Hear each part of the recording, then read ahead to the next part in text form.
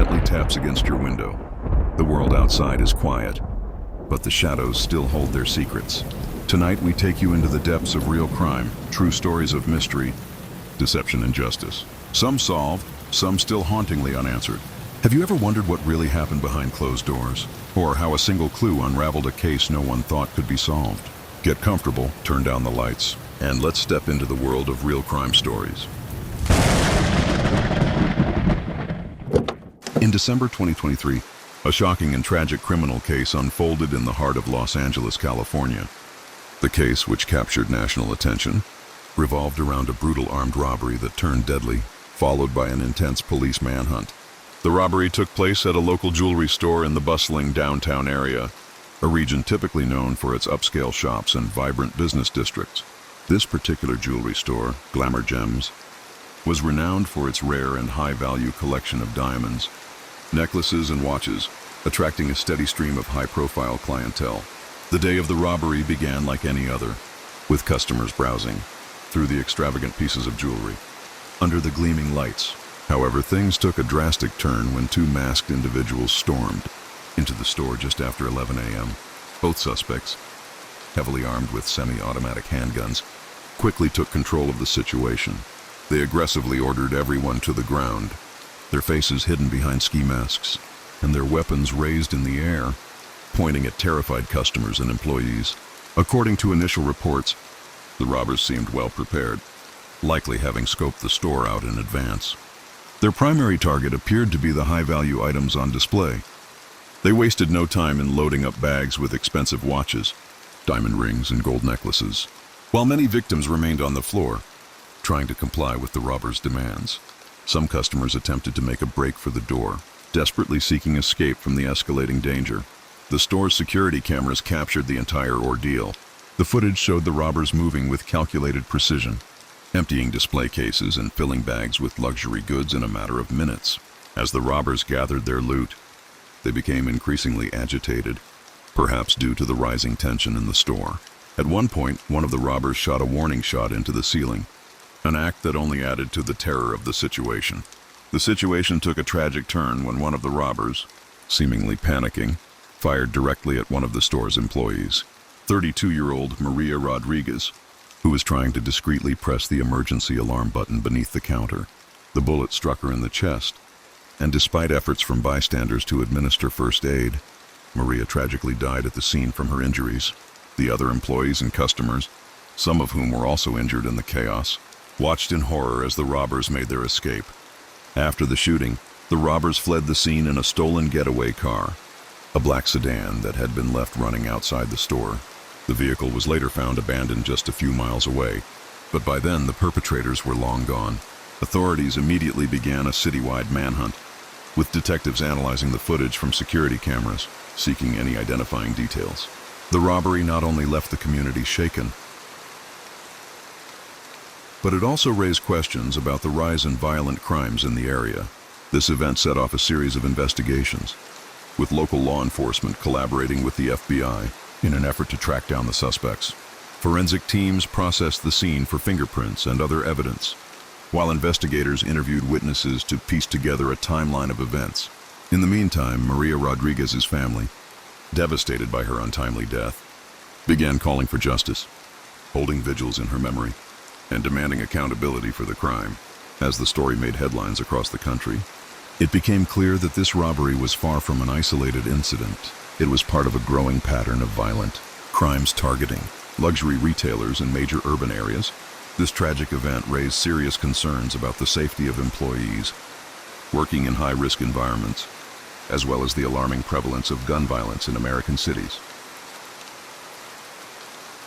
In the immediate aftermath of the robbery, the investigation into Maria Rodriguez's tragic death and the stolen items quickly gained momentum.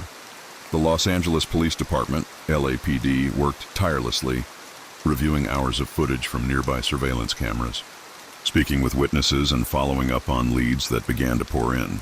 At the same time, the FBI's Violent Crime Task Force was brought in to assist.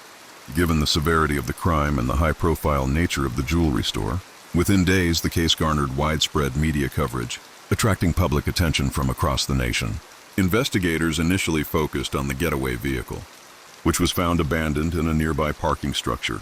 A forensic analysis of the vehicle revealed traces of a distinctive brand of clothing, possibly linked to one of the suspects. However, despite this promising lead, the trail quickly went cold. The robbers had covered their tracks effectively. They had worn gloves to avoid leaving fingerprints, and the masks had obscured their facial features. Furthermore, the black sedan, which was a commonly rented vehicle, provided little to no useful information regarding the suspects' identities. As the days passed, the LAPD ramped up their efforts to locate the perpetrators. The department issued a press release appealing for help from the public.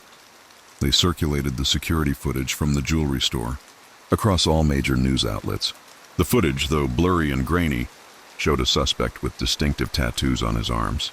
A second individual was seen carrying a duffel bag, though his face was concealed by a mask. The LAPD also released sketches of the suspects based on the video footage, and detectives interviewed those who had witnessed the shooting firsthand. Detectives managed to find a breakthrough in the case. After a tip-off from a local pawn shop owner, the shopkeeper reported that a man matching the description of one of the robbers had tried to sell a diamond necklace and several gold rings just days after the robbery. The items were still warm from the store, and the pawn shop owner, suspicious of the transaction, had refused to purchase the items. Instead, he notified the police immediately. The authorities tracked the individual to a nearby motel in South Los Angeles, where they believed he was hiding out. SWAT teams were dispatched to the location, and a tense standoff ensued. After several hours of negotiation, the suspect, later identified as 28-year-old Devin Carter, surrendered peacefully.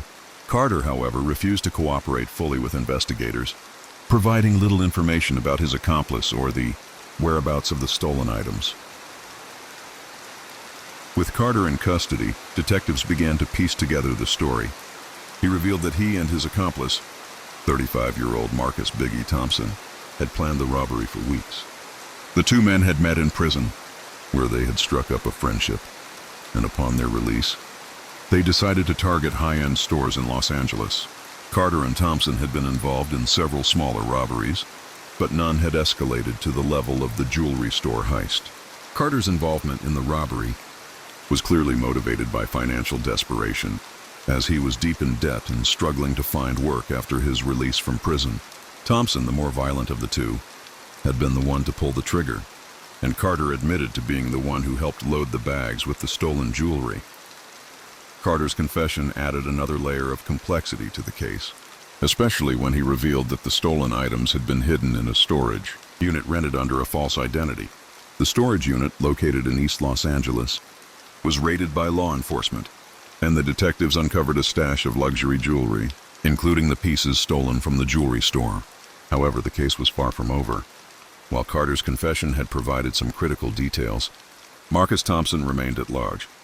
Police immediately issued a nationwide search for Thompson, who was considered armed and extremely dangerous. Thompson's criminal history included multiple charges of armed robbery, assault with a deadly weapon, and possession of illegal firearms. His violent tendencies were well known to law enforcement, and he had a reputation for resisting arrest and fleeing from the authorities. The LAPD worked with the FBI to track Thompson's movements, but he had gone underground, making it difficult for investigators to predict his next move. As a result, the authorities launched a highly coordinated operation to catch Thompson before he could strike again. They placed his name and image on the FBI's most wanted list, and a $50,000 reward was offered for any information leading to his capture. Detectives feared that Thompson, now desperate, might attempt another robbery or become involved in further violent confrontations with law enforcement. In the weeks that followed, the investigation into the robbery and Maria Rodriguez's murder dominated the local news. Her family, who had been devastated by the loss, publicly called for justice in a series of emotional interviews. Her parents, who had immigrated to the United States from Mexico in search of a better life for their children, were heartbroken by their daughter's tragic fate. Maria had worked at Glamour Gems for over 5 years, and she had been well liked by her colleagues and customers. Her family described her as a kind-hearted woman who had always put others before herself, and her senseless death left an unfillable void. In a show of solidarity, members of the local community organized a series of memorial services and fundraisers to support Maria's family. At these events, residents of Los Angeles spoke out against the escalating violence and the ease with which criminals were able to access deadly weapons. Many people questioned whether more stringent gun control laws were needed in California, and calls for stricter security measures in retail environments became louder. As the investigation continued, authorities faced increasing pressure to capture Marcus Thompson, who had now become the primary suspect in Maria Rodriguez's murder. The case had not only taken a toll on the victim's family, but also on the city itself, which was gripped by the tragic loss of a young woman and the ongoing threat posed by a violent criminal on the run. The LAPD, working with the FBI, launched an all-out manhunt, combing through neighborhoods and leveraging technology in an attempt to track Thompson down. With the public's help, detectives began to piece together crucial information about Thompson's possible whereabouts. The search for Marcus Thompson intensified after it was revealed that he had ties to various underground criminal networks. His associates were known to be part of a larger web of illegal activity involving the trafficking of stolen goods, narcotics, and firearms. Law enforcement speculated that Thompson was hiding in plain sight, using a network of friends and associates to evade capture. The FBI set up a task force dedicated to tracking his movements, while the LAPD distributed thousands of flyers with his face and details about the crime. Despite the heavy media attention and widespread efforts to find him, Thompson managed to remain elusive. However, his luck ran out when an anonymous tip led authorities to a rundown warehouse on the outskirts of Los Angeles. The tipster claimed to have overheard a conversation about a planned robbery in the area, with Thompson being involved. Local law enforcement quickly moved in, securing the location and surrounding the warehouse. With the SWAT team in place, officers prepared for another tense standoff. But this time, the outcome would be far different. At 3 a.m. on the morning of January 15, 2024, after several hours of negotiations, Marcus Thompson finally surrendered to authorities without a fight. He was arrested on multiple charges, including first-degree murder, armed robbery, and possession of stolen property. During his arrest, Thompson was found in possession of several weapons and a large sum of cash, suggesting that he had been preparing for another violent crime. Investigators also discovered more stolen jewelry in his possession, including several pieces that had been taken from the jewelry store during the December robbery. Thompson's arrest marked the end of a harrowing month-long manhunt, but the repercussions of his actions were far-reaching. As the details of the robbery and subsequent murder came to light, the public's anger grew. People expressed their outrage over the senseless violence and the ease with which Thompson and his accomplice had committed such a horrific crime. Community leaders, activists, and citizens from all walks of life began calling for broader criminal justice reforms, particularly in relation to repeat offenders and the handling of violent crime. The murder of Maria Rodriguez sparked debates about the state of gun control in California, where laws surrounding firearms had always been stricter than in many other parts of the United States. Critics of the current system argued that the state's laws were not doing enough to prevent criminals from obtaining firearms, and that tougher regulations were needed to curb gun violence. Others believed that the focus should be on addressing underlying issues like poverty, lack of education, and limited access to mental health resources, all of which contributed to cycles of criminal behavior. On the day of Marcus Thompson's arrest, members of Maria Rodriguez's family gathered at a memorial service in her honor. In a heartfelt tribute, her parents spoke of their daughter's legacy, describing how she had always dreamed of building a better future. They expressed both relief and sorrow, feeling a mix of emotions as justice appeared to be within reach, but their loss remained painfully evident. The family had become vocal advocates for safer working environments, demanding that retail stores invest in better security systems to protect employees from violent crime. Maria's mother, in a tear-filled interview, said, "She was my angel, my everything. No one should have to go to work and never come home." The trial of Marcus Thompson, which began in mid-2024, became a focal point for the media and the public. Thompson, who had long been known for his violent tendencies, was not only facing charges for the robbery and murder, but also for other related crimes, including his involvement in numerous smaller robberies and assaults. During the trial, the prosecution painted a clear picture of a man who had been consumed by greed and violence. They described Thompson as someone who had no regard for human life and was willing to kill in order to secure financial gain. The defense, however, attempted to portray Thompson as a product of his environment, arguing that his troubled past, which included a history of childhood abuse and growing up in poverty, had shaped his criminal mindset. The defense team suggested that Thompson's actions were the result of systemic issues and called attention to his difficult upbringing. While this argument resonated with some, it was ultimately overshadowed by the overwhelming evidence presented by the prosecution, including the confession of Devin Carter, Thompson's accomplice, and the testimony of several witnesses who had been at the scene of the robbery. As the trial progressed, it became clear that the prosecution was building a strong case against Thompson. They presented chilling evidence, including security footage from the jewelry store, which showed Thompson firing the fatal shot that killed Maria Rodriguez. His violent outburst, they argued, was the culmination of a calculated plan to rob the store, and his subsequent actions led to a senseless loss of life. The jury, who had been following the case closely, was left with little doubt about Thompson's guilt. On the day the verdict was announced, the courtroom was filled with tension. Marcus Thompson was found guilty of first-degree murder, armed robbery, and multiple other charges. The jury deliberated for less than 3 hours before reaching a unanimous decision. The judge, in delivering the sentence, expressed both sorrow and condemnation for the irreversible harm Thompson had caused. Thompson was sentenced to life in prison without the possibility of parole. The verdict brought some closure to the family of Maria Rodriguez, though the pain of her loss could never be fully alleviated. For her family and friends, the trial had served as a painful reminder of how fleeting life could be. Maria's death was not just a tragedy, but a symbol of the larger problem of violent crime in the United States. Her family vowed to continue their advocacy for justice, working to ensure that her memory would never be forgotten. In the months following the conviction, community leaders in Los Angeles began calling for stronger regulations regarding security in retail establishments, particularly those selling high-value items like jewelry.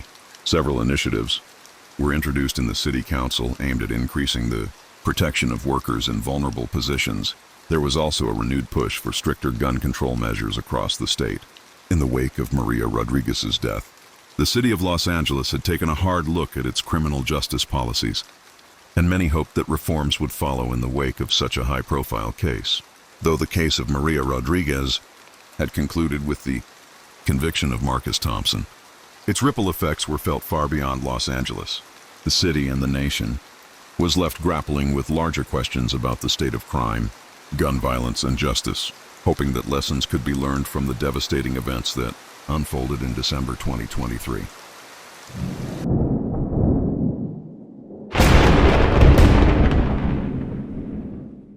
In January 2022, one of the most high-profile and shocking criminal cases in the United States unfolded in the city of New York, and the case revolved around the brutal murder of 19-year-old college student Michelle Lee, who was found dead in her apartment in the bustling neighborhood of Brooklyn.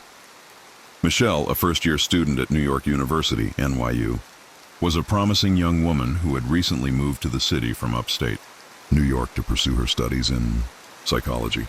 Her tragic death, which occurred just days after the start of the new year, sent shockwaves throughout the local community and drew widespread media attention. Michelle had been living alone in a small but cozy apartment located on the 3rd floor of a mid-rise building in the Sunset Park area. Her parents, who were originally from a small town in New York, had been worried about their daughter's safety but were comforted by the fact that she had always been a responsible young woman who had made new friends and integrated herself well into her academic life. Michelle's family had spoken to her just a day before her death, and there were no signs that anything was wrong. They had planned to visit her later in the month for a weekend trip, but they would never get the chance to see their daughter alive again. The morning of January 4th, 2022 began like any other. Michelle had planned to attend an early morning class at NYU's downtown campus, but when she didn't show up, her friends and professors became concerned. They reached out to her, but she didn't respond to any messages or calls. When Michelle missed an important meeting later that afternoon, her concerned friends decided to check on her. After receiving no answer to their knocks on her door, they contacted the building manager, who let them into Michelle's apartment. What they discovered inside was horrifying. Michelle's lifeless body was found lying in her bedroom, blood pooling around her.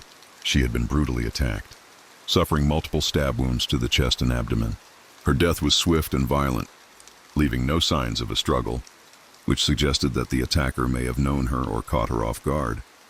The apartment showed no signs of forced entry, and valuables such as her laptop, phone, and wallet were all intact, ruling out a robbery as a motive. The news of Michelle's death quickly spread across social media and local news outlets. The police arrived at the scene within minutes, cordoning off the apartment and beginning their investigation.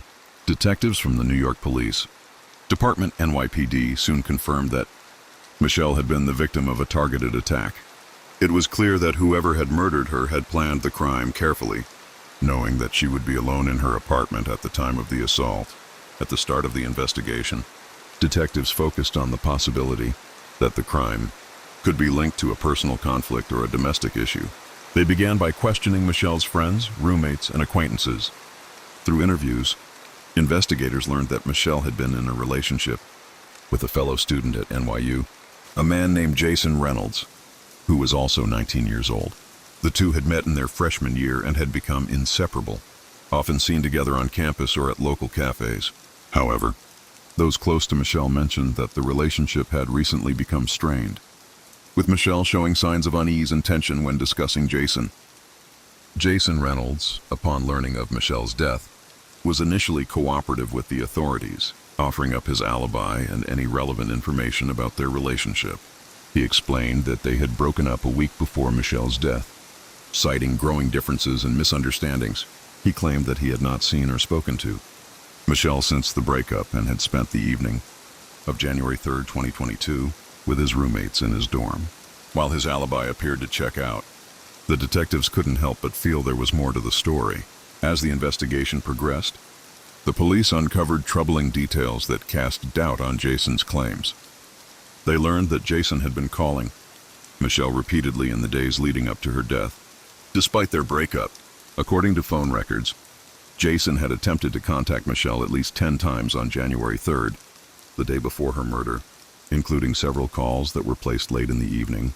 When investigators spoke with Michelle's friends, they learned that she had been increasingly afraid of Jason during their final days together, telling them that he had become possessive and controlling, and that she had been trying to distance herself from him.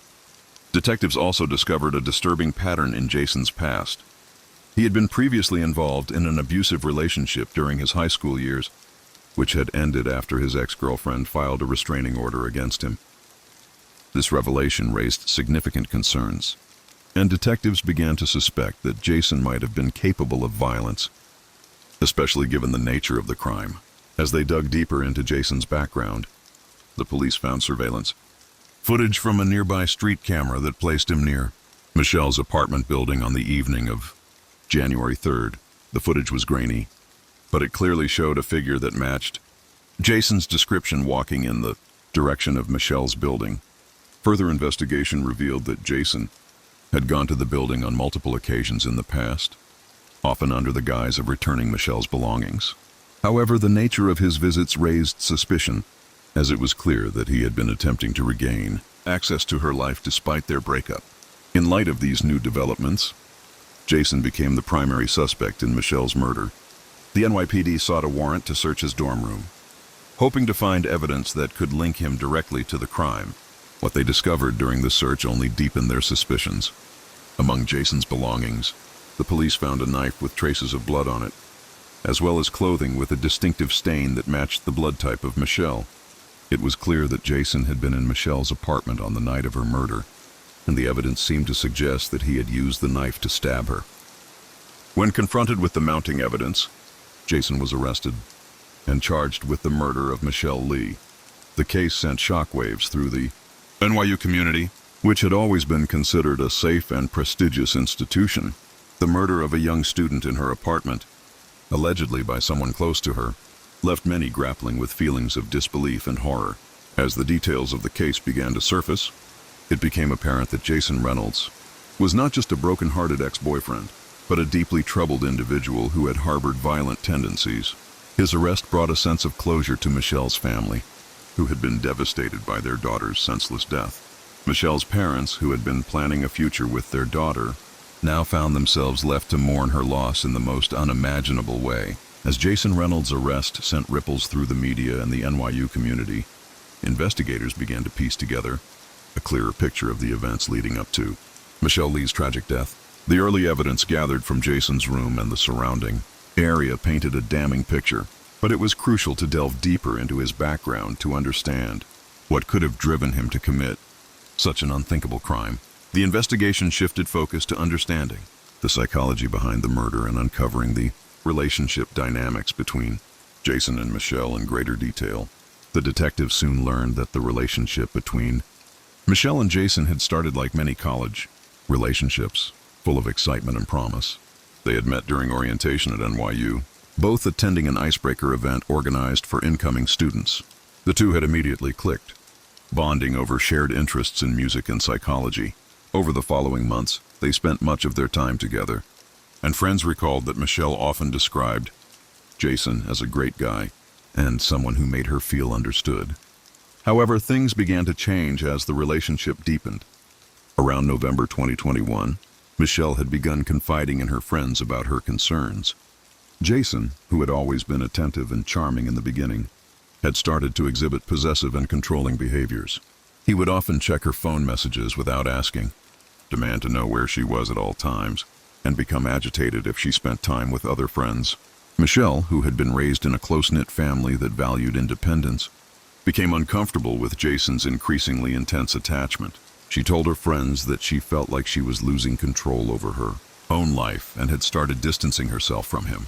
Despite these growing concerns, Michelle did not immediately end the relationship, perhaps because she was reluctant to confront Jason and hurt his feelings. As December rolled around, however, her unease only grew. Michelle's friends began to notice that she had become withdrawn and anxious, often canceling plans or becoming distracted during their conversations. When Michelle finally broke up with Jason in late December, her friends were relieved, but Michelle's emotional toll was far from over. Jason, who had seemed initially calm and understanding, began reaching out to her more frequently, pleading for reconciliation. Michelle, hoping to avoid confrontation, ignored many of his calls and messages.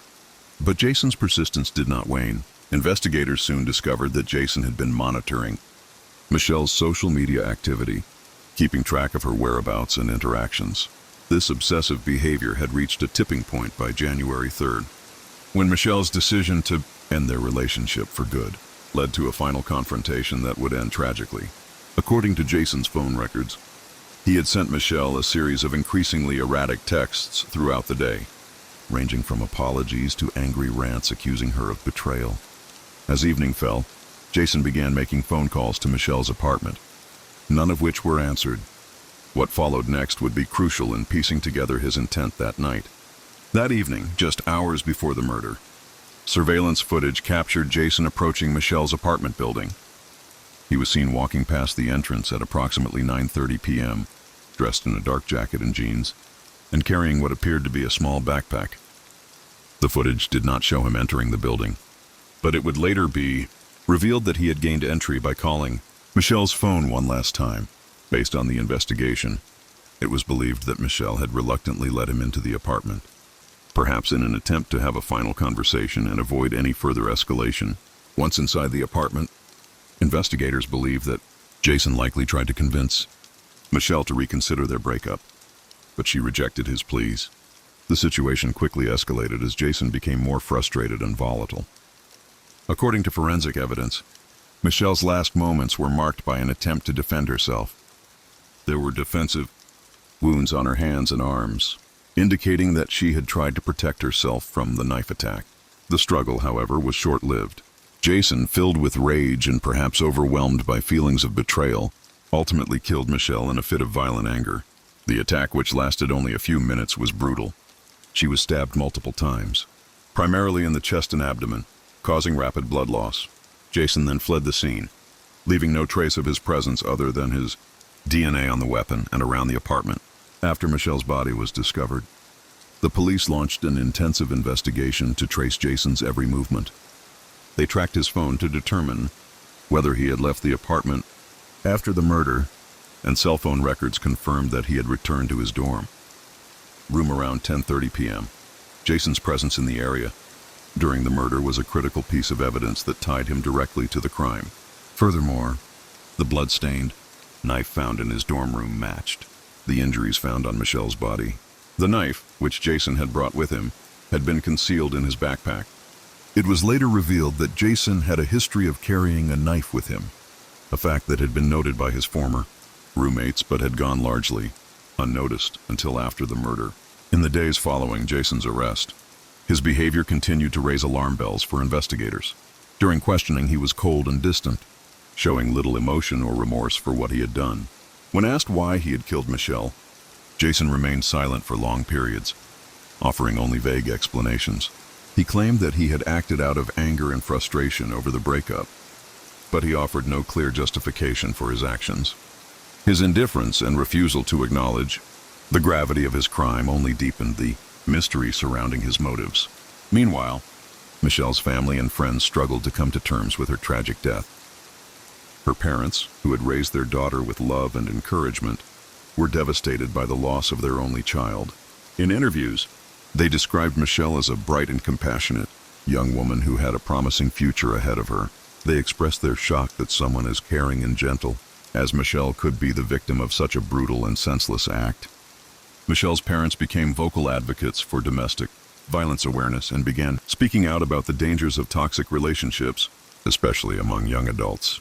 Michelle's memorial service was held just days after Jason's arrest, and it was attended by hundreds of people, including friends, professors, and classmates from NYU. The service was a poignant reminder of the life Michelle had led and the impact she had on everyone who knew her. Her professors described her as an exceptional student with a passion for psychology and helping others. Her friends spoke of her kindness, her sense of humor, and her unwavering support for those around her. In their tributes, they expressed their grief over losing someone who had so much potential and who was taken from them far too soon. In the weeks following the arrest, the case continued to capture the attention of the media, with many local news outlets covering the trial in depth.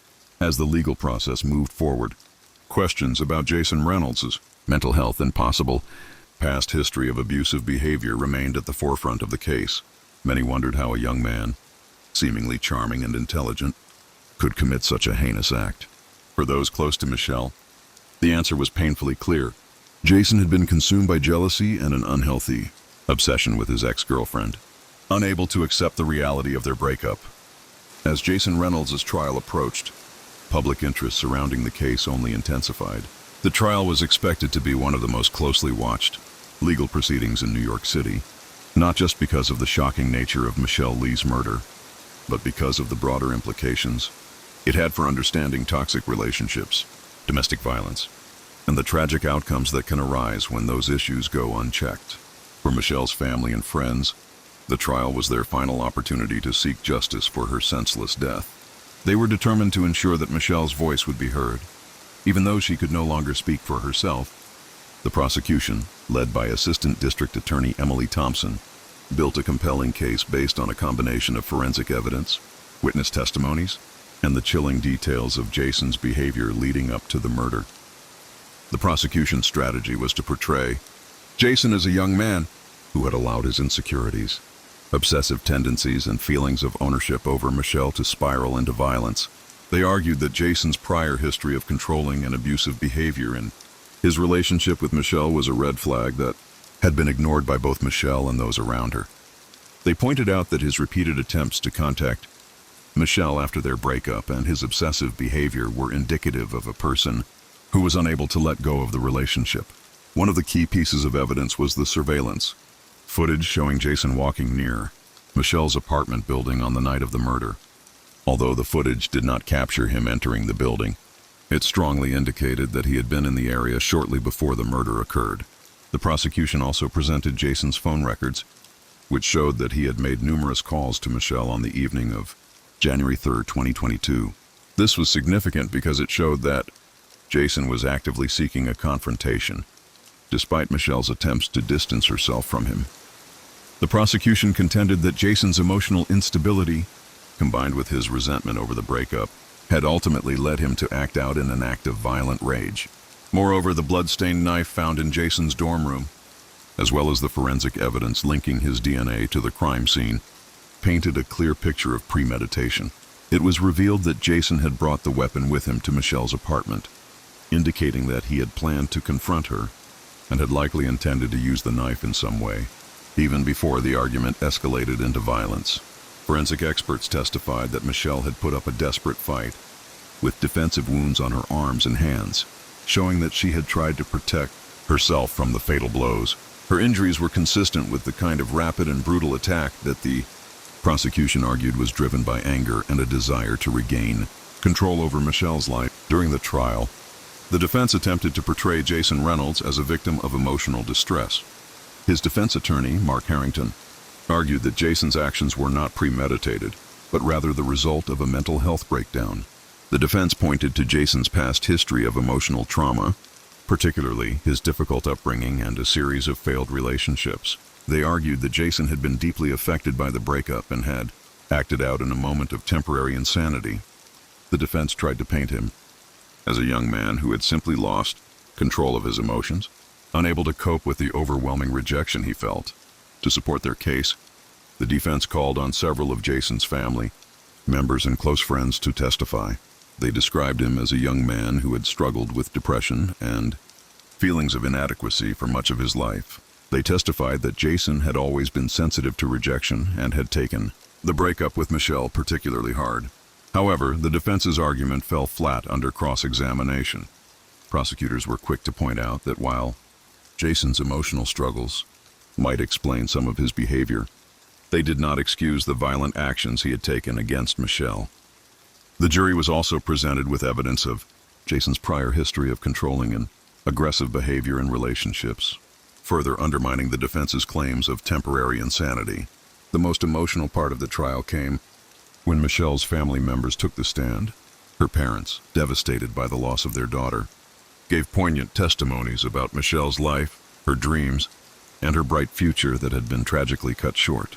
They spoke about the girl they had raised, a compassionate, intelligent, and strong young woman who had never shown signs of being in danger. Michelle's mother, in an emotional testimony, described how Michelle had always been independent and how proud they were of her decision to move to New York City to attend NYU. Her father, choking back tears, spoke of the promise Michelle held as a student and how she had been passionate about helping others through her studies in psychology.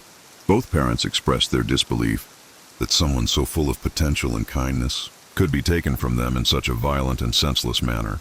In addition to Michelle's family, several of her friends also took the stand. They described how they had watched Michelle struggle with her relationship with Jason, noting her growing distress as he became increasingly possessive. One close friend testified that Michelle had once said that she felt trapped in the relationship and that Jason had been trying to monitor everything she did. Another friend described how Michelle had confided that Jason had started to show up unexpectedly at her apartment, often calling her late at night and asking to meet up. The testimonies from Michelle's friends helped the jury understand the gravity of the situation Michelle had been in and the warning signs that had been present long before her tragic death. After a week of testimony, the case was handed over to the jury. The deliberations were tense, but the evidence against Jason Reynolds was overwhelming. On February 9, 2022, after several hours of deliberation, the jury returned with a verdict. Jason Reynolds was found guilty of first-degree murder and sentenced to life in prison without the possibility of parole. The courtroom erupted in a mixture of tears and applause as Michelle's family and friends expressed a sense of relief that justice had been served. While the verdict brought closure to Michelle's family, it did not erase the profound grief and loss they would carry for the rest of their lives. Michelle's parents, in a statement to the press after the trial, vowed to honor their daughter's memory by advocating for greater awareness about the dangers of toxic relationships and the importance of recognizing the signs of emotional abuse before they escalate to violence. They called on young people to educate themselves about healthy relationships and to always trust their instincts when something feels wrong. In the aftermath of the trial, discussions about toxic relationships and domestic violence gained traction on social media, with many using Michelle's story as a tragic reminder of the importance of recognizing unhealthy behavior early on. Her death sparked conversations about the need for better mental health support for young people, particularly for those experiencing emotional distress following breakups or relationship challenges. While Michelle's life was tragically taken from her, her story continued to resonate with those who heard it. Her family and friends kept her memory alive by creating a scholarship in her name, aimed at supporting students who wished to pursue degrees in psychology or social work. In this way, Michelle's legacy lived on, one of kindness, intelligence, and a desire to make the world a better place.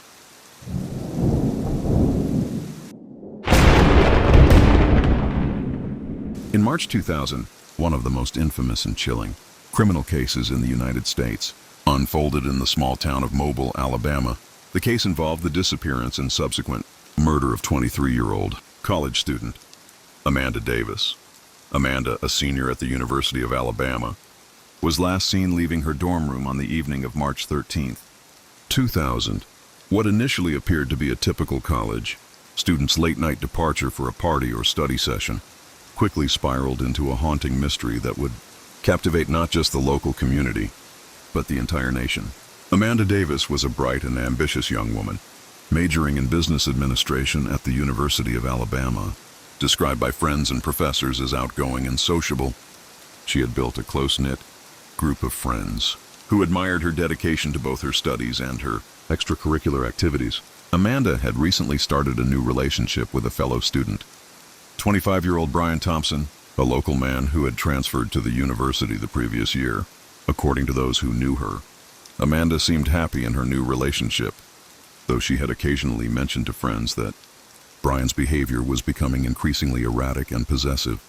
On the night of March 13th, Amanda had planned to meet some friends at a local coffee shop to catch up before going back to her dorm for the night. She had told her roommate that she would be back by midnight and that she would text her when she got to the coffee shop. But as the night wore on and Amanda failed to respond to her text messages, her roommate began to worry.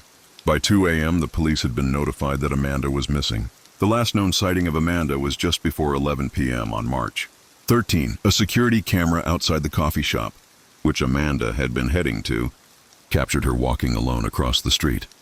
The video footage revealed nothing unusual. She was simply walking at a steady pace, dressed casually in a denim jacket and jeans, her backpack slung over one shoulder. However, she never made it inside the coffee shop, and no one at the university or in the local area reported having seen her after that. As investigators pieced together the events of the night, they quickly turned their attention to Brian Thompson, who had been in a relationship with Amanda for a few months. Brian was described as a charismatic but somewhat mysterious figure, known for being charming and well-liked by many of his peers. However, those closest to Amanda had begun to notice subtle red flags in their relationship. Some of her friends recalled that Amanda had expressed concerns about Brian's jealousy, saying that he had become increasingly controlling over the past few weeks. Though she never mentioned anything specific, there were hints that Brian's possessiveness was starting to make Amanda feel uncomfortable.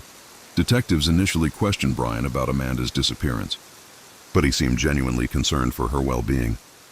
According to his account, he had last seen Amanda earlier that evening when they had dinner together at a local restaurant. Brian claimed that after dinner, he dropped Amanda off at her dorm, and they briefly discussed meeting up later. But she never showed up for their planned second meeting. He mentioned that he had texted her multiple times, but there had been no response. His story seemed plausible at first, but there were inconsistencies that soon began to emerge. The first sign of trouble came when police analyzed Brian's cell phone records. They discovered that he had made multiple calls to Amanda's phone after her supposed departure from the restaurant. However, what was particularly concerning was the timing and nature of these calls. Some of the calls appeared to have been made in the hours after Amanda had already gone missing.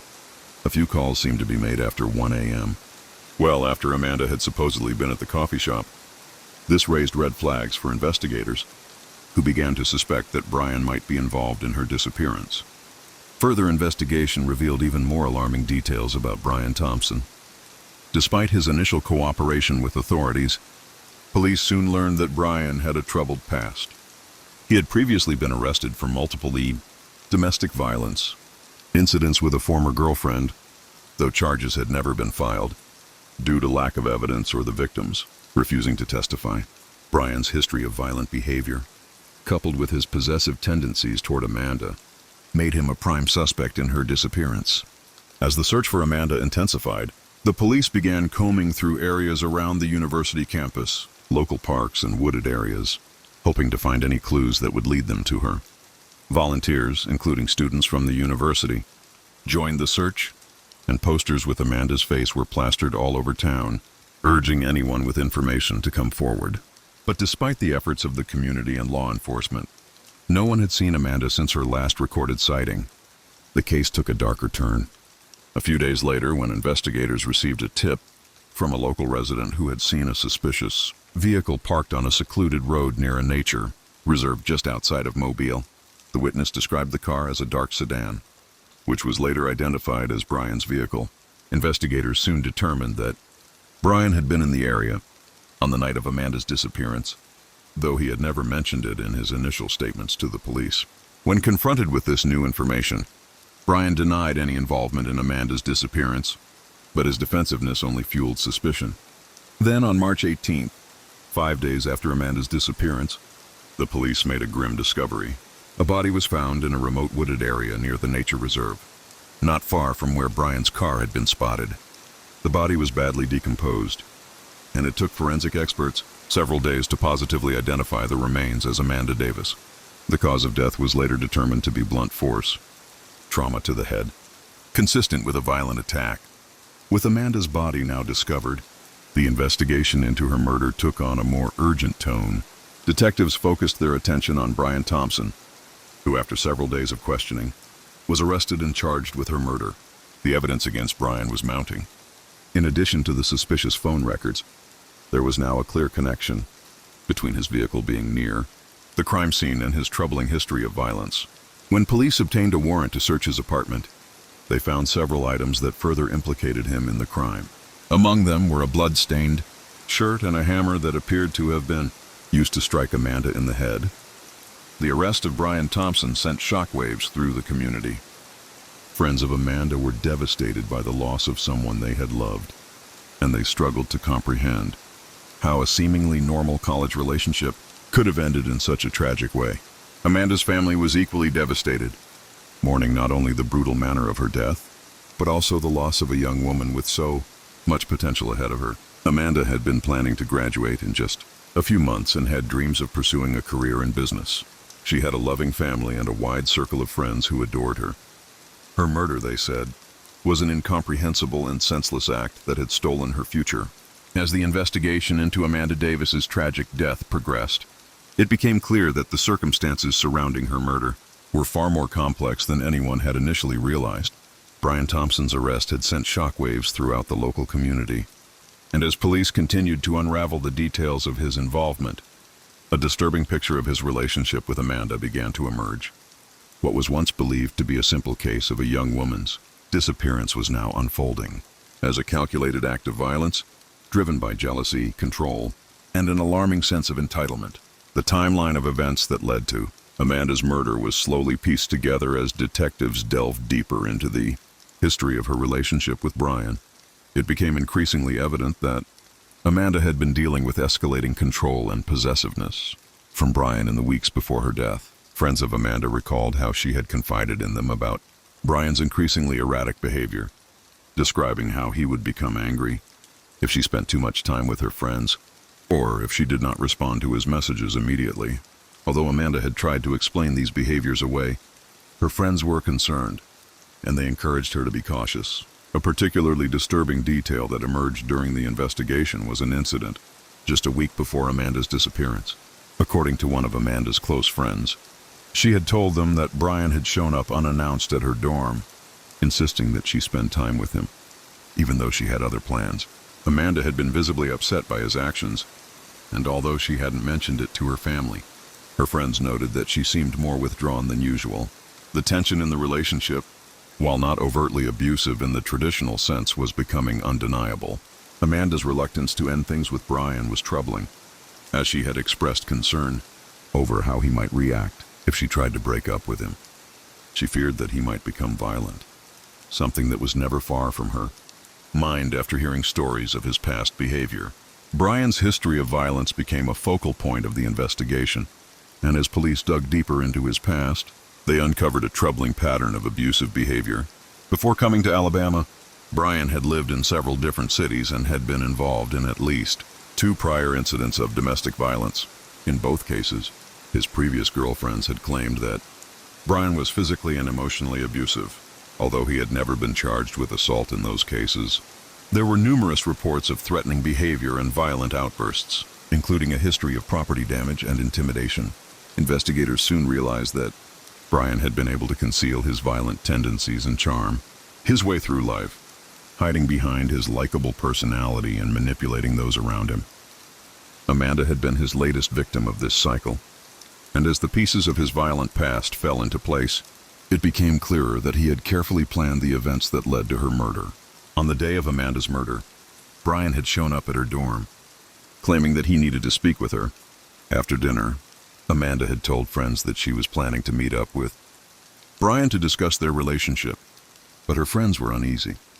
They had noticed how his behavior had grown more obsessive, and several of them even expressed concerns that he might not let her go easily. As the hours passed and Amanda's failure to check in became more apparent, her friends and roommate began to panic. It wasn't like Amanda to go off the grid, especially without letting anyone know her whereabouts. Her friends immediately began calling her phone, but it went straight to voicemail. Amanda's sudden disappearance sparked a massive search effort. Authorities flooded the university campus and surrounding areas, asking students and faculty members to provide any information that could help locate her. In addition to the local police, volunteer search parties consisting of students and members of the Mobile community joined the effort. The university offered support to Amanda's family and friends, organizing vigils and putting up missing person posters in an attempt to bring awareness to her case. But as days passed and no sign of Amanda appeared, the grim reality began to set in that something much darker was at play. The breakthrough in the case came when police discovered surveillance footage showing Brian's car near a secluded area outside of Mobile, where Amanda's body was later found. The footage showed his vehicle parked at an odd hour during the night of March 13th, which contradicted his earlier statements. His whereabouts during that time had been unclear in his initial interviews, but this discovery suggested that he had been in the vicinity of where Amanda's remains were eventually discovered.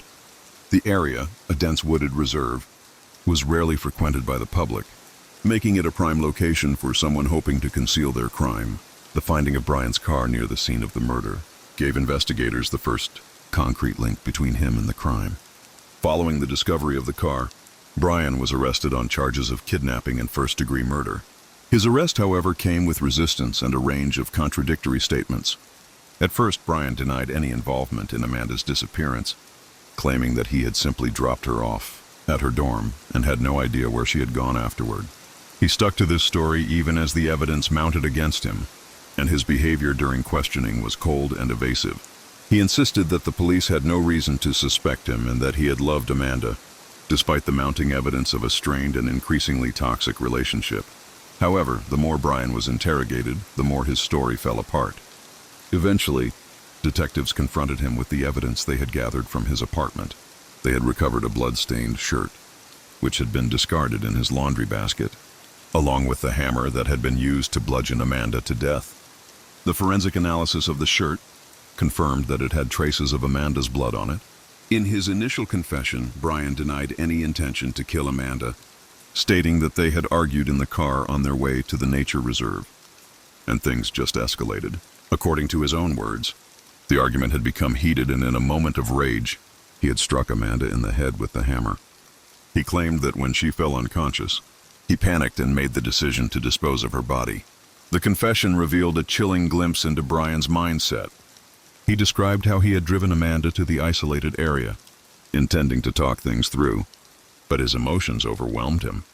He admitted that he had struggled to accept Amanda's decision to break up with him, and he had made a series of increasingly violent threats over the weeks, leading up to her death. Brian's distorted sense of entitlement and his belief that he had the right to control Amanda's decisions ultimately led him down the dark path of violence. His actions were not the result of a random act of anger, but the culmination of months of obsessive behavior. In the days following his arrest, the case became a media sensation. garnering national attention. The details of Amanda's death were heartbreaking, as the young woman's life had been cut short by someone who, in many ways, had been a predator. For Amanda's family and friends, the arrest and eventual trial did little to ease the pain of their loss. They were left to grieve the loss of a bright and talented young woman who had shown so much promise. Her tragic death served as a painful reminder of the dangers of emotional manipulation and control in relationships, and how toxic behavior can escalate into violence if left unchecked. As the days passed following Brian Thompson's arrest, the investigation into Amanda Davis's death continued to evolve, while her friends and family sought to understand how a relationship that had begun with such promise had turned into a deadly nightmare. Investigators worked to gather as much evidence as possible to ensure that Brian would be held accountable for his actions. The media, of course, continued to report on every development, capturing the attention of the broader public. For Amanda's family, however, it was an emotional roller coaster, torn between seeking justice and confronting the deep grief of losing their daughter in such a brutal manner. In the weeks following Brian's arrest, his trial quickly became a focal point for the local community and beyond. Amanda's family, who had been waiting anxiously for answers, now had to endure the painful process of reliving their daughter's last moments through the legal proceedings. The trial, which began in the summer of 2000, brought to light a multitude of horrifying details about the events leading up to Amanda's murder and the twisted psychology behind Brian's actions. For Amanda's parents, it was a moment of reckoning, as they would finally have the opportunity to face the man who had taken their daughter from them. The prosecution's case was built around the notion of premeditated murder. They argued that Brian Thompson had carefully planned Amanda's death, as evidenced by the nature of the crime and his subsequent attempts to cover it up. The investigators established that Brian had been stalking Amanda in the days leading up to the murder, showing up at her dorm uninvited and sending her numerous texts and calls, some of which were demanding and possessive in tone. It became clear that his sense of control over Amanda had been an underlying factor throughout their entire relationship. In their opening statements, the prosecution described how Brian's actions escalated over time. They presented evidence that Brian had been closely monitoring Amanda's social media activity, obsessively tracking her whereabouts, and even confronting her about interactions with other men. Friends of Amanda testified that she had become increasingly uncomfortable with Brian's behavior, noting that he had begun to express anger when she would make plans without him, or talk about her future without including him. Despite these warning signs, Amanda had never fully confronted Brian about his possessiveness, fearing that it would make the situation worse. This hesitation, as the prosecution argued, allowed Brian's behavior to fester until it ultimately led to murder. One of the most damning pieces of evidence presented in court was the series of text messages exchanged between Amanda and Brian on the night of March 13, just hours before her death. While most of the messages appeared to be mundane, there were several that hinted at an escalating tension between them. At 8:45 p.m., Amanda sent a message to a friend stating that she was planning to meet Brian, but she would let them know if anything went wrong. The message ended with, "I just don't know what to do anymore." That text would become a haunting reminder of Amanda's growing fear and uncertainty. It would be the last message she ever sent. The prosecution also presented Brian's own words from his confession, which he had made during a series of interrogations after his arrest. Brian had initially denied any involvement in Amanda's murder, but as detectives confronted him with mounting evidence, his story began to unravel. In one of the confessions, Brian admitted that he had struck Amanda in the head with the hammer in a moment of uncontrolled rage. He claimed that the argument had been about their relationship, with Amanda insisting that she wanted to end things permanently. According to Brian, he had not intended to kill her, but in the heat of the argument, he had lost control. He described the moment as a blur, but his chilling acknowledgement of his actions provided the prosecution with a crucial piece of evidence that painted a clear picture of the fatal confrontation. In the courtroom, Brian appeared calm but distant as the prosecution presented their case. He gave no indication of remorse, and his posture was often defensive, as if he were trying to separate himself from the brutal actions that had occurred. His demeanor seemed to suggest that he still didn't fully grasp the magnitude of his crime. His lawyer, however, attempted to mount a defense by suggesting that Brian's actions were the result of extreme emotional distress. The defense painted Brian as a man who had been deeply hurt by Amanda's desire to break up with him, and they argued that his violent outburst was the result of a temporary lapse in judgment rather than a premeditated act of murder. While the defense conceded that Brian had killed Amanda, they sought to downplay the severity of his actions, presenting him as someone who had been overwhelmed by his emotions and acted impulsively. They pointed to Brian's history of depression and emotional instability, suggesting that his inability to cope with rejection was what ultimately led to his violent behavior. They argued that Brian had never intended for Amanda to die, and that her death was an unintended consequence of his emotional turmoil. However, this argument failed to sway the jury, who remained focused on the methodical nature of the crime and the coldness with which Brian had disposed of Amanda's body. Throughout the trial, the courtroom was filled with moments of deep emotion, especially during the testimony from Amanda's family. Her mother, Susan Davis, took the stand and spoke about the hopes and dreams she had for her daughter. With tears in her eyes, Susan described how Amanda had been the light of their family, always striving to achieve her goals while maintaining a warm and loving heart. She deserved so much more, Susan told the jury, her voice quivering with grief.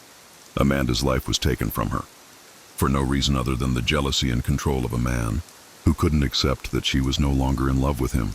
Her words resonated deeply in the courtroom, leaving many in the audience in tears. In the closing arguments, the prosecution emphasized the calculated nature of Brian's crime. They pointed out that Brian had not only taken Amanda's life, but had also tried to cover his tracks in the aftermath, attempting to mislead investigators and divert suspicion. The prosecution argued that his premeditated actions, combined with his attempts to manipulate the narrative, demonstrated that he was not acting out of an emotional breakdown, but rather out of a deep-seated need for control and dominance. This was not a momentary lapse in judgment, the prosecutor stated firmly. This was a crime of passion, but also one of control. Brian Thompson did not just snap, he made a choice. The defense, on the other hand, focused on Brian's mental health struggles, suggesting that he was overwhelmed by an emotional breakdown and was not fully aware of the consequences of his actions. They pleaded for leniency, asking the jury to consider the emotional trauma Brian had suffered throughout his life. After deliberating for several days, the jury reached a verdict. Brian Thompson was found guilty of first-degree murder, and he was sentenced to life in prison without the possibility of parole. As the judge read the sentence, Amanda's family, though devastated by their loss, found a sense of relief that justice had been served. The guilty verdict brought an end to a long and painful journey for Amanda's family and friends, but it did little to fill the void left by her untimely death. In the years that followed, Amanda's family became outspoken advocates for domestic violence awareness, especially in cases involving emotional abuse and control. They worked tirelessly to educate others about the warning signs of unhealthy relationships and to raise awareness about the importance of early intervention before situations escalated to violence. Amanda's legacy lived on in the work they did to ensure that no one else would have to suffer the same fate. The case of Amanda Davis served as a stark reminder of how emotional manipulation and possessiveness can escalate into fatal violence if left unchecked. It underscored the importance of recognizing and addressing toxic behavior early on, before it reaches a breaking point. For Amanda, who had her whole life ahead of her, her tragic death became a symbol of the dangers of abusive relationships, a story that continues to resonate and serve as a cautionary tale for many.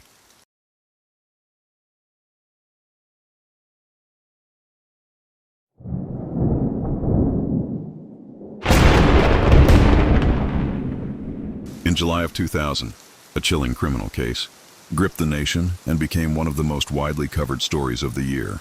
The case involved the disappearance of a young woman named Rachel Harmon, a 24-year-old graduate student from the University of Washington. Her sudden and unexplained disappearance on July 3, 2000, sparked an intense search that would ultimately reveal a sinister crime that shocked the community and left lingering questions about the true nature of the tragedy. This case, which at first seemed like a missing persons report, would quickly evolve into a murder investigation, exposing a pattern of manipulation, betrayal, and calculated violence. Rachel Harmon had been a bright and ambitious young woman, described by friends and family as a kind-hearted and independent individual. With a promising future ahead, She had recently completed her master's thesis in anthropology and had plans to continue her research. But she was also excited to explore the world and experience life beyond the confines of academia. Rachel was active in the local community, volunteered with several organizations, and had recently started a promising relationship with a man named Matthew Cullen, a fellow graduate student at the university. Friends described Rachel and Matthew's relationship as healthy at first, with the two of them often spending time together at social events and discussing their shared interests. However, in the weeks leading up to Rachel's disappearance, those close to her began noticing some unsettling changes in her behavior. Although she had never explicitly mentioned anything concerning about Matthew, some of her friends and family members began to feel that he was becoming too possessive and controlling. Rachel had shared with a few of her closest confidants that Matthew had begun acting more jealous, especially whenever she spent time with other people, particularly men. She had also started to pull back from her social circle, canceling plans and becoming more withdrawn. This behavior alarmed those who knew her well, but they never could have predicted the dark turn things would take. Rachel's disappearance began on the evening of July 3rd. She had told her roommates that she was going to meet Matthew for a late dinner at a nearby cafe, but when she failed to return by midnight, her friends grew concerned. Rachel was known for keeping in touch, and it was highly unusual for her to go missing without notifying anyone. By the following morning, her friends contacted the police, and a missing persons investigation was immediately launched. For the first few days, authorities followed all standard procedures. They traced Rachel's last known whereabouts, which led them to the cafe where she and Matthew had planned to meet. However, when they spoke to Matthew, he appeared calm and cooperative, though he insisted that he had not seen Rachel after their dinner. According to Matthew, they had parted ways outside the cafe around 9 p.m., and he had no idea where she went after that. Despite his seemingly composed demeanor, something about Matthew's account raised suspicions among investigators. The timeline of his statements didn't quite add up, and his reluctance to offer any additional details only deepened their concern. Detectives began to look into Matthew's background, hoping to uncover any relevant information that could help locate Rachel. The search for Rachel continued, with volunteers and friends helping to search nearby parks, trails, and areas where she was known to spend time. However, as days passed without any sign of Rachel, the investigation began to turn in an unsettling direction. Rachel's family grew increasingly worried, and her mother, Susan Harmon, made a public plea for information about her daughter's whereabouts. "Please, if anyone knows anything, come forward. We just want to know where Rachel is," she begged, her voice breaking with emotion. By July 8th, 5 days after Rachel's disappearance, police had begun to focus more closely on Matthew Cullen. His story had started to unravel under scrutiny. A closer inspection of the security footage from the cafe revealed that Matthew had been acting strangely when he left the establishment.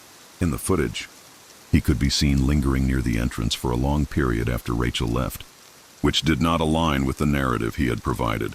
Furthermore, a witness who had been sitting near the cafe's outdoor seating area reported hearing an argument between Rachel and a man matching Matthew's description shortly before she left. The witness described hearing Rachel's voice grow increasingly upset, although they couldn't make out the exact words. This new evidence raised a red flag, and authorities began to re-examine the case more closely. The turning point came on July 10th, when Matthew Cullen was arrested on suspicion of involvement in Rachel's disappearance. The arrest was prompted by a series of damning developments that pointed to foul play. During a search of Matthew's apartment, investigators found Rachel's personal belongings, her wallet, cell phone, and a notebook with handwritten notes hidden in a duffel bag under his bed. When questioned about these items, Matthew initially denied having any knowledge of them, but under further interrogation, he began to change his story. The breakthrough came when detectives found a bloodstain in Matthew's vehicle. After collecting the necessary forensic evidence and conducting an analysis, it was confirmed that the blood belonged to Rachel Harmon. The discovery of the bloodstain in his car, combined with the items found at his apartment, was enough to charge Matthew with kidnapping and murder.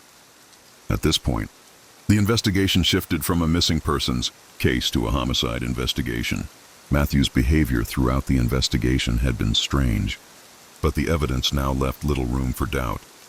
It was clear that he had played a significant role in Rachel's disappearance. However, the motive behind the crime was still unclear. Investigators believed that Matthew's controlling nature and jealousy may have been key factors in the crime. In the days leading up to her disappearance, Rachel had confided in several friends about her desire to end her relationship with Matthew, and there were indications that he was not willing to accept this. His possessiveness, coupled with his increasingly erratic behavior, suggested that he may have felt entitled to Rachel's life, even if it meant resorting to violence. As detectives pieced together the details of the crime, they uncovered the horrifying truth. According to Matthew's eventual confession, he had been enraged when Rachel told him that she was considering ending their relationship for good. Matthew claimed that during their dinner at the cafe, the conversation turned into a heated argument, and when they left, things escalated further. In a fit of rage, Matthew attacked Rachel, strangling her in the back seat of his car before driving her to a secluded area on the outskirts of Seattle. There, he disposed of her body in a remote ravine, hoping to cover his tracks. Matthew had then attempted to stage the scene by leaving her belongings behind in an effort to mislead authorities. However, his actions had only drawn suspicion and led to his ultimate arrest.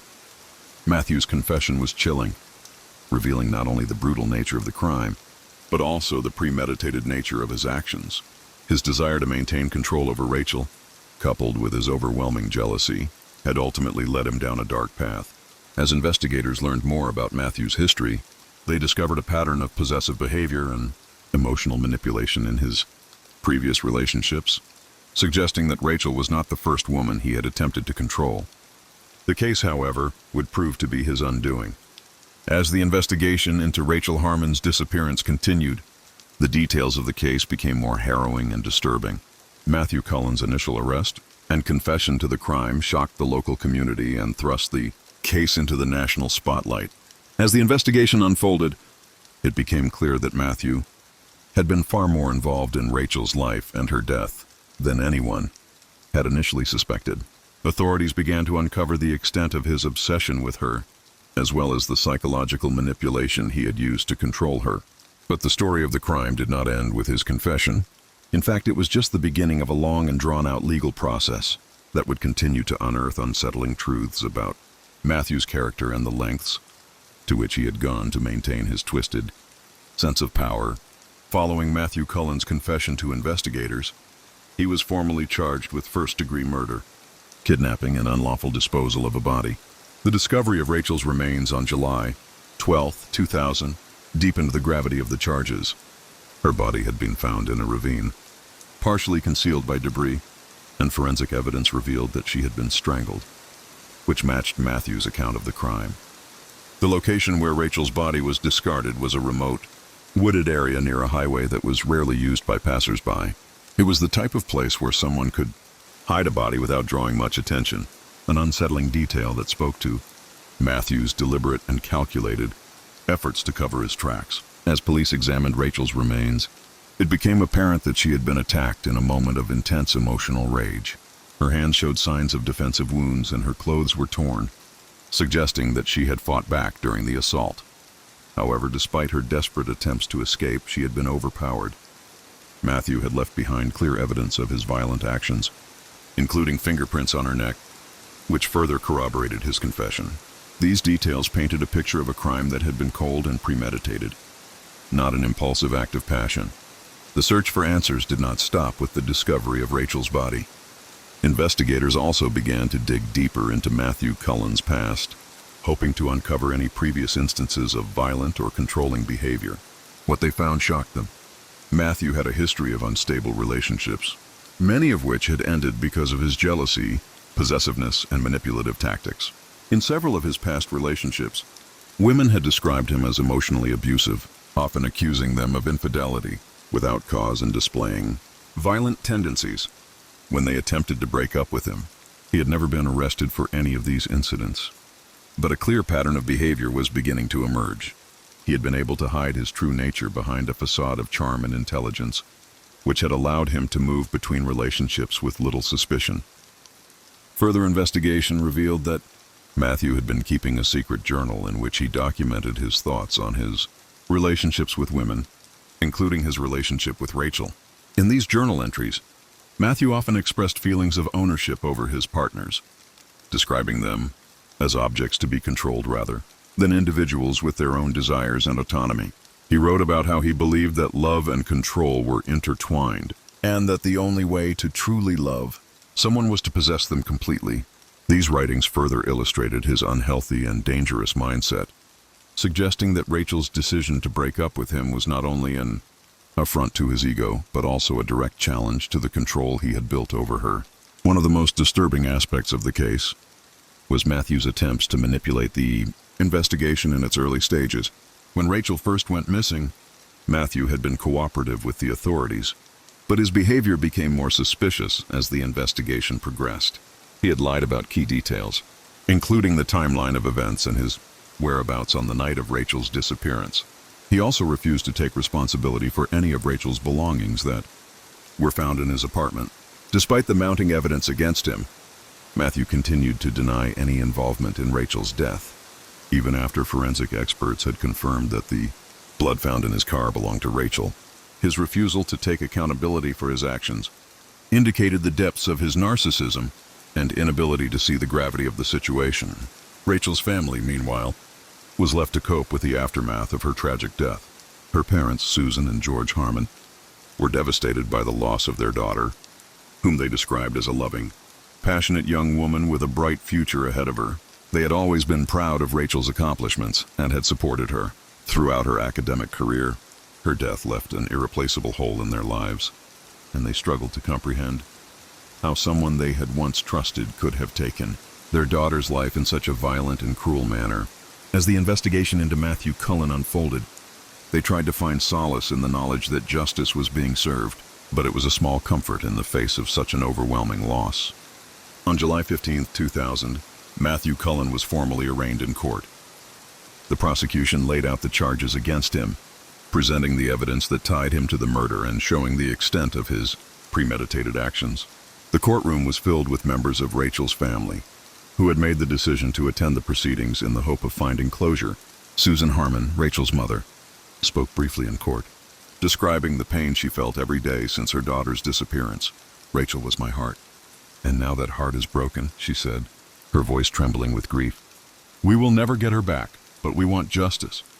The case quickly became a focal point for discussions about domestic violence, emotional abuse, and the psychology of controlling relationships. Experts weighed in on the nature of Matthew Cullen's behavior, describing him as a textbook example of someone with narcissistic personality traits, someone who believed that they were entitled to control others, especially in intimate relationships. The tragic end to Rachel's life brought attention to the dangers of possessiveness in relationships and the need for greater awareness around the signs of emotional abuse, which are often invisible but just as dangerous as physical violence. As the trial progressed, it became evident that the defense would attempt to paint Matthew as someone who had been emotionally destabilized by his breakup with Rachel. His lawyer argued that Matthew had acted in a moment of temporary insanity, driven by emotional pain and feelings of betrayal. However, the evidence presented by the prosecution painted a very different picture, one of a calculated, cold-blooded killer who had gone to great lengths to hide his true nature and commit murder in an attempt to assert control over Rachel. The defense's argument ultimately failed to persuade the jury. Matthew Cullen's trial concluded on November 5, 2000, with a guilty verdict on all charges. He was sentenced to life in prison without the possibility of parole. The judge, in delivering the sentence, spoke of the devastating impact Matthew's actions had on Rachel's family and the community. This was not a crime of passion. This was a premeditated act of control and violence, driven by an individual who believed he had the right to dictate the life of another, the judge said. For Rachel's family, the guilty verdict was bittersweet. While it provided some measure of justice, it could not bring back their daughter or undo the pain that Matthew Cullen's actions had caused. They continued to grieve, but they also took solace in the fact that Rachel's story had sparked important conversations about emotional abuse and the need for greater awareness around the signs of unhealthy relationships.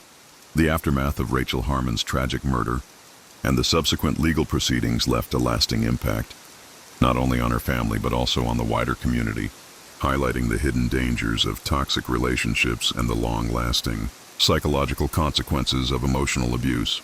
The media coverage surrounding the case made it one of the most publicized criminal trials in the summer of 2000.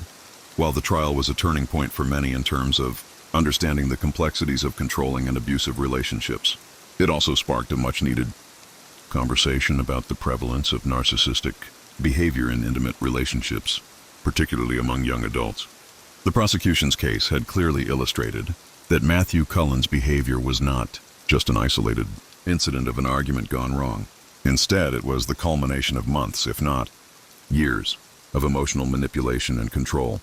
The prosecution was determined to show the jury and the public that this wasn't just about a failed relationship. It was about the unchecked abuse of power, psychological manipulation, and the extreme lengths to which an individual would go to maintain control over another. The defense, on the other hand, attempted to argue that Matthew's actions had been driven by emotional instability. His lawyer contended that his overwhelming feelings of jealousy and heartbreak had caused him to act impulsively. But this narrative was swiftly dismantled by the prosecution, which presented a much more chilling picture.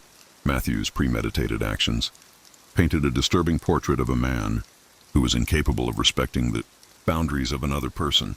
It was revealed that he had spent days prior to Rachel's disappearance obsessively trying to track her whereabouts. He had gone through her personal items without her knowledge, searching for evidence that she might be seeing someone else, and had even attempted to intercept phone calls from friends and family. These findings exposed the extent of his obsessive behavior, highlighting how he had used his intellectual abilities to manipulate and control Rachel's every move, making her feel as though she had no agency or escape. The more investigators dug into Matthew's past, the clearer it became that Rachel was not the first person he had attempted to control. He had been involved in several other relationships that ended abruptly, often under suspicious circumstances. Former partners of Matthew came forward to provide testimony, describing his tendency to isolate them from their friends and family, monitoring their actions, and discouraging them from pursuing careers or education that might take them away from him. His possessiveness had manifested in various forms, from showing up unannounced at their apartments to constantly sending messages, demanding to know where they were or who they were with. His obsession with control was a theme that had surfaced in nearly every one of his relationships. Yet Rachel had been the one who ultimately paid the price for his behavior. As the case progressed, Rachel's family, especially her parents, became more involved in advocacy, work surrounding domestic abuse and relationship manipulation. They were determined to turn their devastating loss into something positive. Susan Harmon, Rachel's mother, became an outspoken advocate for organizations that support survivors of abuse and help educate the public about the often hidden nature of emotional and psychological violence. In interviews with the media, she would frequently share her daughter's story as a cautionary tale for other young women who might be unaware of the signs of controlling behavior in their own relationships. Rachel's father, George Harmon, who had always been a private man, also began to speak out about the need for greater support for victims of emotional abuse.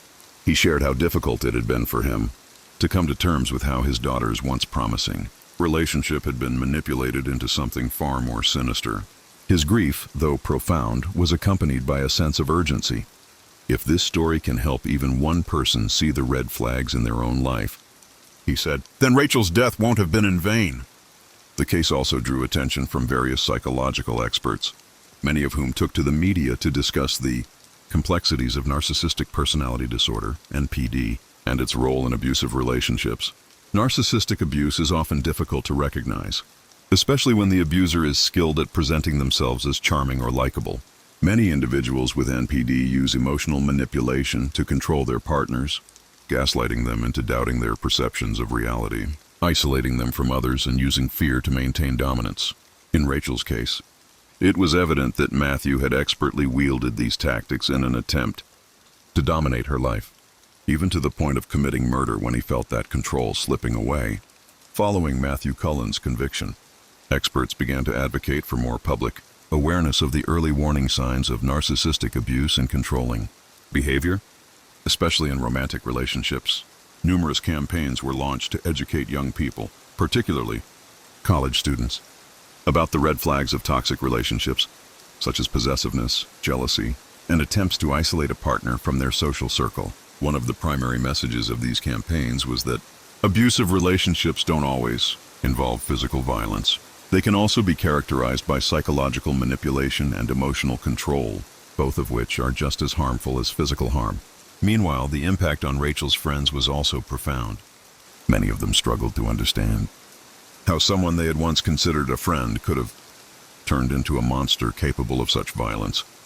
Rachel's closest friend, Sarah Michaels, who had been one of the last people to see Rachel before her disappearance, became an advocate for mental health services for those who are struggling with the psychological trauma caused by emotionally abusive relationships. Sarah revealed in interviews that she had not initially recognized the signs of control that Matthew had exhibited, and it wasn't until after Rachel's death that she realized how pervasive his behavior had been.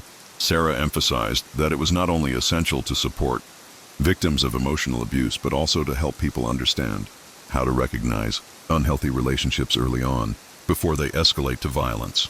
In the years following Matthew Cullen's conviction, the case continued to serve as a stark reminder of the dangers of unchecked emotional manipulation. Rachel's family and friends worked tirelessly to honor her memory by continuing their advocacy work, ensuring that her story was told and that others could learn from it. The case became a pivotal moment in the broader conversation surrounding domestic violence, inspiring educational programs and support systems designed to help young people navigate the complexities of healthy and respectful relationships. For the people who knew Rachel Harmon, the young woman whose life had been taken so senselessly, the memory of her bright spirit lived on in their hearts. They remembered her not just as a victim, but as someone who had a profound impact on their lives, someone who had loved with an open heart, and someone whose tragic death would help bring light to an issue that had long been hidden in the shadows. As for Matthew Cullen, serving a life sentence without the possibility of parole, he was left to grapple with the consequences of his actions. While Rachel's family continued to mourn, they found some semblance of peace knowing that justice had been served. However, the grief would never fully subside, and Rachel's absence was a hole that could never be filled.